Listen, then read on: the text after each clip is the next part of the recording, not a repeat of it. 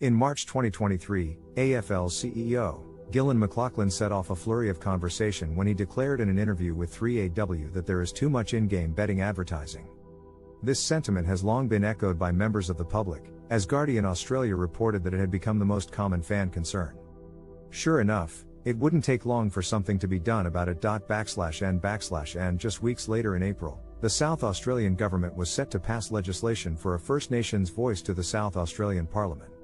This proposed legislation would introduce a fully elected body of Aboriginal and Torres Strait Islander people who would be guaranteed the right to have their views heard by the government in both a legislative and executive capacity. The significance of this was not lost on South Australian Minister for Aboriginal Affairs, Kayam Mar. Standing in front of the SA legislature, he said there was nothing to lose and everything to gain in introducing a voice such as this, and that it would not be long until similar proposals would be introduced nationally.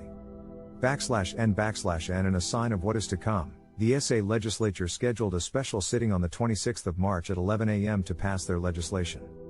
Just as significant was that to accommodate as many people as possible, they had closed off part of North Terrace, offering free public transport into the city and into the legislature building. It seemed that this historic event was going to be witnessed by an appreciable number of people from around Australia.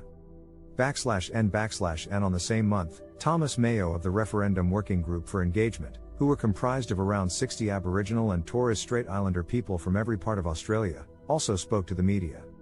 Mayo reiterated the sentiments shared by the other members of his working group, that the referendum was close and the nation was on the verge of something remarkable with the proposed inclusion of First Nations people in the Australian Constitution.